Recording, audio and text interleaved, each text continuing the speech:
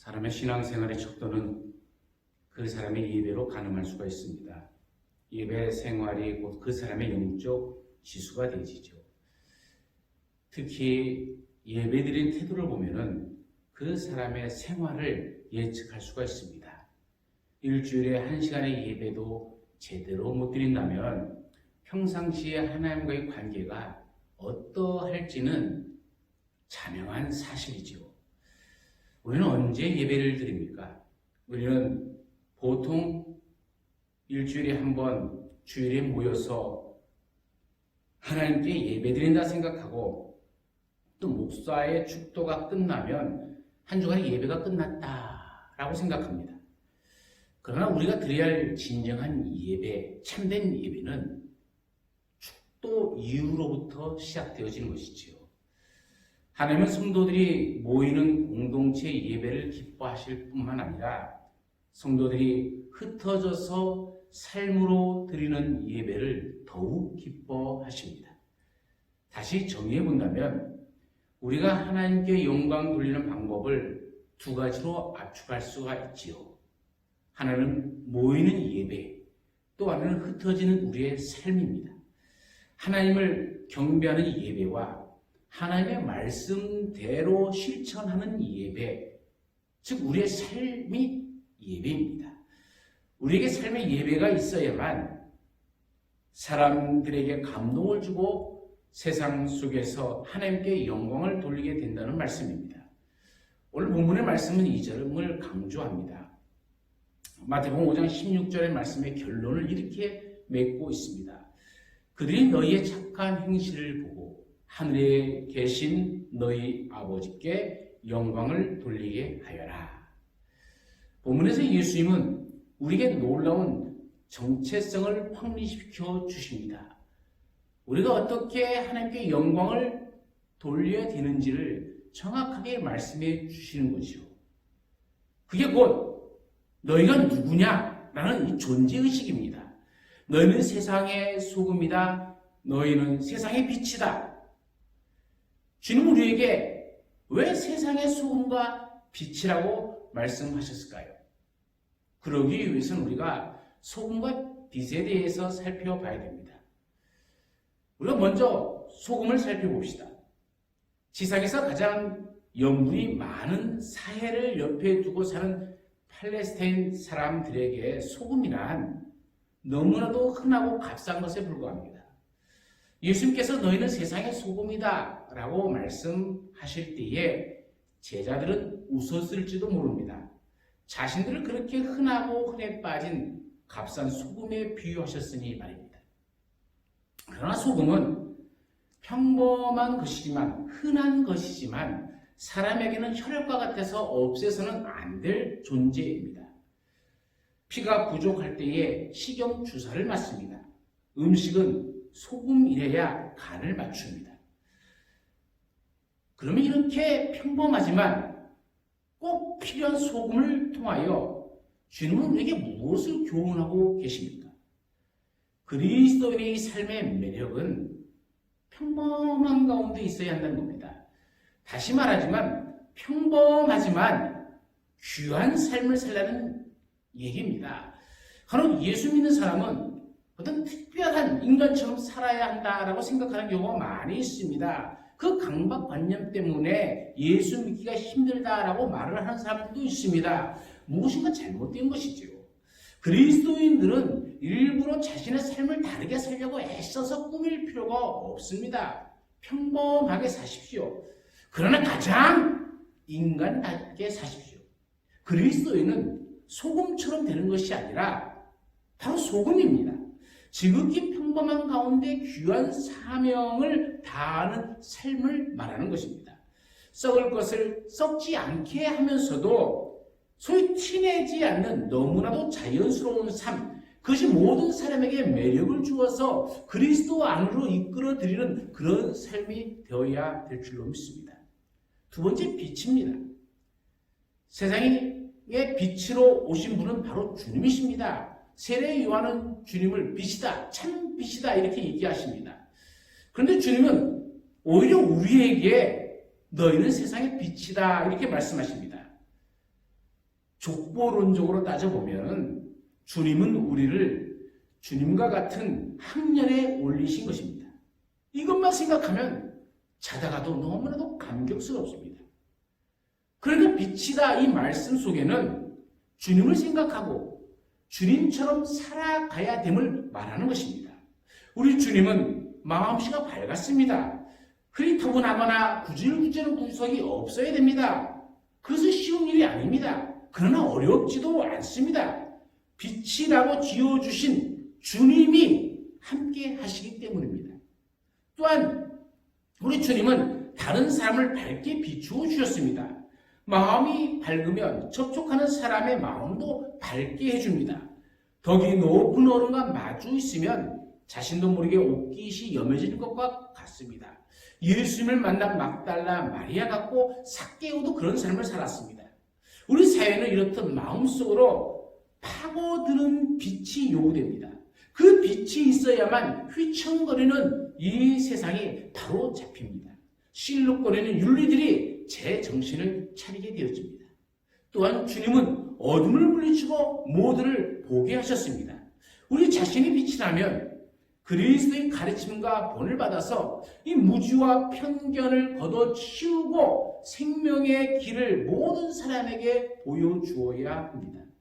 그리스도의 빛을 받아서 빛나는 그리스도인이 되어야 합니다.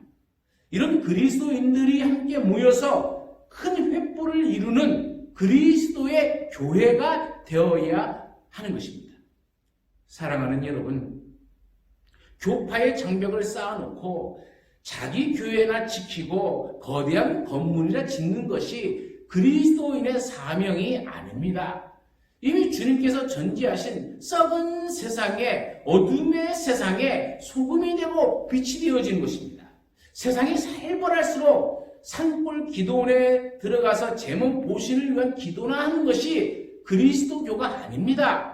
이 시대를 책임지지 못한 죄책이 앞서고 그래서 자기 몸을 녹이고 불살라서 세상을 밝히는 사명을 다하는 것이 기독교입니다.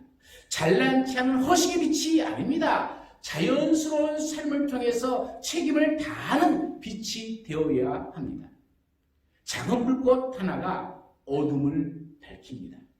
나 같은 무능한 것이 무엇을 하겠는가 하는 이 나약한 자포자기를 버리고 그리스도의 빛을 받아서 이 세상으로 다시 되쏘아야 합니다. 그것이 하나님의 영광을 나타내는 일입니다. 세상의 소금, 세상의 빛으로서의 이름값을 다하는 성도들이 되시기를 간절히 축원합니다. 그래서 예수님은 우리에게 어떤 행동 지침을 요구하시기 이전에 먼저 그리스도인으로서의 고귀한 정체성부터 확립시켜 주시는 겁니다.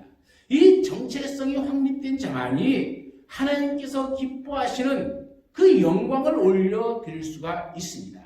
그럼 이 정체성이 확립된 자는 세상에서 어떤 자세로 살아가야 할까요? 첫 번째는 가치 있게 살아야 합니다. 예수님께서 너희는 세상의 소금이다라고 말씀하신 것은 우리가 소금처럼 가치 있게 살라는 메시지입니다. 소금은 팔레스타인 지역에서 흔하지만 역사 이래의 이 소금은 국가 경쟁력의 상징이었고 때로는 소금 때문에 전쟁이 일어나기도 했습니다. 로마 시대의 소금은 태양 다음으로 중요한 재산이었습니다. 한마디로 소금은 절대적 가치를 말합니다. 그래서 월급을 소금으로 받았습니다. 영어로 셀러리, 월급이란 말은 솔트에서 소금이란 말에서 유래된 것입니다. 이런 배경에서 예수님은 우리 그리스도인들의 존재 가치를 높여주시는 겁니다. 흔하지만 생활의 필수품인 소금처럼 소중한 가치가 있는 존재들, 그것이 바로 우리라는 것입니다. 우리는 어떤 경우에 설탕이 없어도 되지만 소금은 반드시 필요합니다. 인간 생활뿐만 아니라 목축업에서도 소금은 절대 필수 요소입니다. 들판의 소나 양들도 풀만 먹고 소금을 안 먹으면 죽습니다. 소금처럼 우리 그리스도인은 세상에서 흔하지만 아주 중요한 존재라는 사실입니다. 그러므로 우리는 날마다 자신을 향하여 나는 세상에서 매우 가치 있는 자이다. 반드시 나는 세상에 반드시 필요한 사람이다 라고 고백해야 합니다. 그렇기 때문에 오늘의 말씀은 예수께서 우리에게 가치 있게 살라는 당부의 말씀입니다. 이 고백이 여러분의 삶에 항상 나타나기를 축원합니다. 우리는 단순히 1차원적인 성공을 위해서 사는 존재가 아니라 그리스도인으로서 가치 있게 살아야 합니다. 우리가 세상에서 신분이 높고 돈이 많아야 영향력 있게 살아가는 것이 아닙니다. 가치 있게 살아야 좋은 영향을 주는 것입니다. 우리는 그리스도인으로서 충분히 가치 있는 자입니다. 우리 그리스도인은 어떤 자리, 어떤 상황에서도 여전히 가치 있는 존재입니다.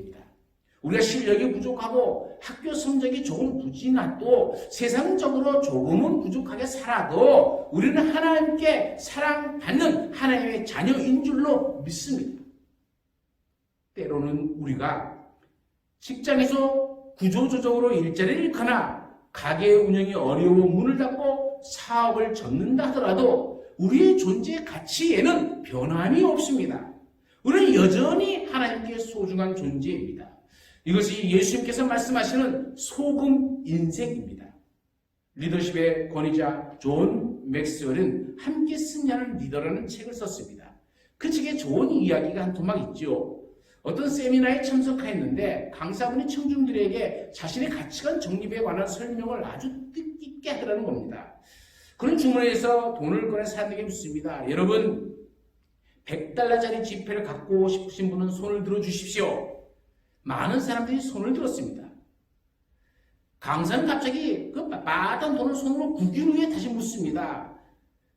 이 구겨진 돈 $100를 아직도 갖고 싶은 분은 손을 드세요. 그랬더니 사람들이 여전히 손을 듭니다. 그러자 그는 이제 이 돈을 마룻바닥에 떨어뜨리고 신발로 짓밟았습니다. 그리고 다시 그 지폐를 들고 사람들에게 묻습니다. 자, 이래도 이 돈을 갖고 싶으신 분은 손을 드십시오. 여전히 사람들은 갖고 싶다고 손을 듭니다. 비록 구겨지고 짓밟혀도 여전히 $100짜리 돈은 $100의 돈의 가치를 가지는 겁니다. 돈의 가치에는 변함이 없습니다. 우리가 살아가면서 어떤 사건이 일어나더라도 우리의 가치는 하나님 안에서 떨어지지 않습니다. 비록 취업이 안 되어도 존재 가치는 변함없습니다. 예수님은 이 소금 비유 메시지를 통해서 우리에게 두 가지를 확립시켜 줍니다. 첫째는 자신의 가치를 인지하고 살아라 라는 것이고, 두 번째는 자신의 가치를 높이며 살아라 그 말입니다. 우리는 예수님의 보배로운 피로 구원받은 자이니 값도 비싸고 맛도 좋은 소금 같은 존재인 줄로 믿습니다. 예수는 우리에게 하나님 나라 시민으로서 왕족답게 살라고 자긍심을 심어주십니다. 따라서 우리는 아무렇게나 살아서는 안 됩니다. 저급하게 싸구려 인생을 살지 말고 하나님의 자녀답게 살아야 합니다. 값지게 살아야 됩니다. 고결하게 살아야 가야 됩니다. 평범하지만 세상의 맛을 내는 존재로 살아가야 합니다. 그것이 우리가 하나님께 드리는 삶의 예배입니다. 이 삶의 예배로 하나님께 영광 돌리는 저와 여러분이 되어지기를 간절히 축원합니다.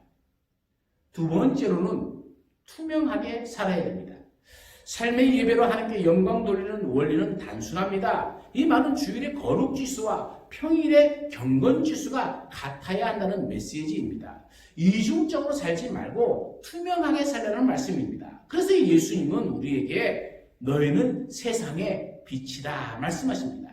빛은 자기를 드러냅니다. 감추지 않습니다. 은밀한 곳에 숨지 않습니다. 빛은 어디든지 선명하게 나타납니다. 성경 말씀 그대로 우리는 빛의 자녀입니다. 빛의 자녀는 빛의 열매를 맺습니다. 에베소서 5장 9절에 빛의 열매에 대해서 모든 착함과 의로움과 진실함에 있다 이렇게 얘기하고 있습니다. 이번 코로나 사태로 확실히 드러나는 것이 있습니다. 다른 것은 다 남겨두더라도 신천지라고 하는 실체가 확연히 드러났습니다. 그는 빛의 자녀가 아니었습니다. 부모를 속이고 고소하고 위장교회를 세우고 거짓으로 말하게 하고 자기들만 쏙닥쏙닥거리고 자신의 정체성을 드러내지 못하고 이익과의 관계 속에서 빛된 삶이 없고 빛의 자녀의 삶과는 반대로 어두운데 은밀한데 그런 곳만 찾아다녔던 그들의 모습을 우리는 보고 있습니다. 코로나19 사태로 우리는 많은 것을 잃었지만 다른 한편으로는 신천지가 온 세상에 거짓 종교라는 사실이 확연히 드러난 것은 우리의 신앙생활에 큰 유익이 되는 것입니다. 우리는 빛의 자녀로 살아야 합니다. 어두운 세상에서 빛처럼 밝고 투명하게 살라는 말씀입니다. 무엇보다도 선하고 의롭고 진실하게 살아야 됩니다. 옛날이나 지금이나 등불은 등잔 위에 올려놓습니다. 이불 속에 넣지 않습니다. 스탠드, 전등을 책상 밑에 두지 않습니다. 책상 위에 올려놓습니다. 신앙생활은 숨어 사는 것이 아닙니다. 그리스도인임을 용감하게 고백해야 됩니다. 아직도 숨어서 예수 믿고 계시는 분이 계십니까? 자신의 신앙을 더 이상 감추거나 은폐하지 마십시오. 아직 초신자라 할지라도 어디 가서든지 그리스도인임을 밝히십시오. 그래야 신앙이 성장합니다. 학교에서도 그리스도인임을 떳떳이 밝히고 표명해야 됩니다. 직장에서도 사업 현장에서도 나는 예수 믿는 자임을 감추지 말아야 됩니다. 골프장에서도 크리스천임을 자연스럽게 밝히셔야 됩니다. 시장에서도 나는 그리스도인입니다 라고 밝혀야 되는 겁니다. 특히 현복교회 교인임을 떳떳이 말할 수 있는 우리의 모습이 되어야 됩니다. 세계인이 존경하는 근세기 경영의 귀재요 달인이라고 할 수 있는 일본 교세라의 창업자 이나모리 가지오는 어느 누구 앞에서도 솔직하고 자기를 오픈하며 자기 공개를 꺼리지 않는 사람으로 유명합니다. 그분이 강조하는 삶의 원리는 투명한 리더십입니다. 기업을 운영하는데도 투명해야 한다는 것이죠. 그래야 성공하고 사람들로부터 인정함을 받는 기업이 된다고 말을 합니다. 그렇다면 여러분, 하나님의 자녀로서의 교회는 더욱더 투명해야 되지 않겠습니까? 하나님의 자녀로서의 양심이 한 사람의 기업이만 못하다면 어찌 그런 사람이 하나님의 자녀라고 말할 수 있겠습니까? 어디 가서든지 내가 그리스도인이라 말하지 못하고 속이고 있다면 어찌 그를 향해서 하나님의 자녀라고 얘기할 수 있겠습니까? 여러분, 밝은 빛처럼 드러내시기를 간절히 바랍니다. 예수님의 메시지는 일반적으로 점증법을 사용하십니다. 그래서 소금 비유에서 빛 비유로 발전시켜 나갑니다. 소금은 속에 들어가서 영향력을 발휘하고 빛은 밖으로 나와서 영향력을 행사합니다. 소금은 간접적으로 활동하는 반면에 빛은 직접적으로 활동합니다. 소금이 내부 지향적이라면 빛은 외부 지향적입니다.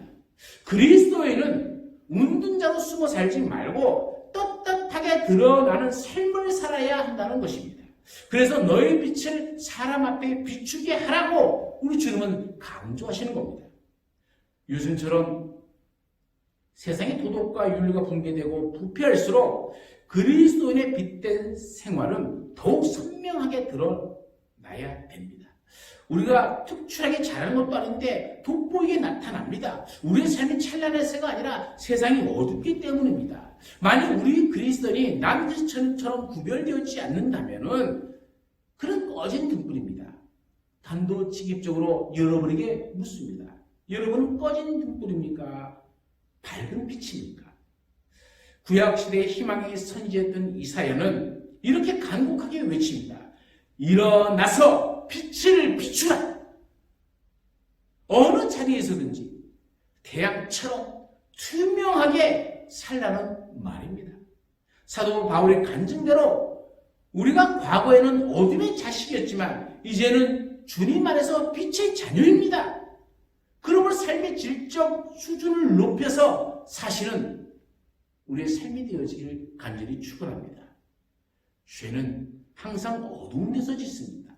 술집과 향락업소의 조명은 다 어둡습니다. 죄가 드러나지 않게 하기 위해서입니다. 밤 문화는 타락 문화입니다. 모든 좋지 않은 사고는 한밤중에 일어납니다. 늦은 밤에 죄 짓는 사람은 많아도 새벽에는 영혼이 청명하며 순결하게 삽니다. 특히 사탄은 어두운 밤을 좋아합니다. 따라서 밤 문화는 귀신 문화입니다. 최근에 발생한 신종 코로나19의 전염병 문제로 한 가지 좋은 점이 생겼죠. 모든 사람들이 집에 일찍 들어옵니다. 밤에 여기저기 싸다 돌아다니지 않습니다. 한순간에 가족 중심 문화로 바뀌었습니다. 매우 좋은 현상입니다. 이번 이 일을 계기로 우리나라의 이 밤 문화가 사라지기를 간절히 바랍니다. 이 세상에 어둠이 떠나가기를 소원합니다. 사랑하는 성도님, 예수님께서 우리에게 주시는 말씀은 놀라운 축복입니다. 우리는 누굽니까? 여러분은 어떤 존재입니까? 세상의 소금이다, 세상의 빛이다, 그 말입니다. 그러므로 우리는 가치 있게 투명하게 살아야 될 의무가 있는 것이죠. 이것이 우리가 삶의 예배로 하나님께 영광 돌리는 그 기초가 되어집니다. 최근에 훌륭한 미래학자 최윤식 박사가 또 한 권의 책을 출간했습니다. 앞으로 5년 한국교회 미래 시나리오라는 책입니다. 우리 모두가 귀담아 듣고 대비해야 할 사안들을 정확히 짚어주고 있습니다. 그의 책 대미가 가슴에 와닿아요. 한국 교회의 미래는 당신에게 달려 있습니다. 호소합니다. 사랑하는 성도님들, 여러분이 바로 소금입니다. 여러분이 바로 그 빛입니다. 여러분이 바로 그 희망입니다. 이것이 바로 우리의 정체성입니다. 지금 이 시대야말로 우리 그리스도인이 더욱더 우리의 삶으로 예배를 드림으로 우리의 삶 속에서 소금으로 빛으로 때는 그 속에 들어가서 때는 우리 삶을 드러내므로 하나님께 영광을 돌려야 됩니다. 우리 주님은 이렇게 말씀하십니다. 그들이 너희의 착한 행실을 보고 하늘에 계신 너희 아버지께 영광을 돌리게 하라. 오늘도 이 말씀을 붙잡고 사시는 여러분의 삶이 되어지기를 간절히 축원합니다.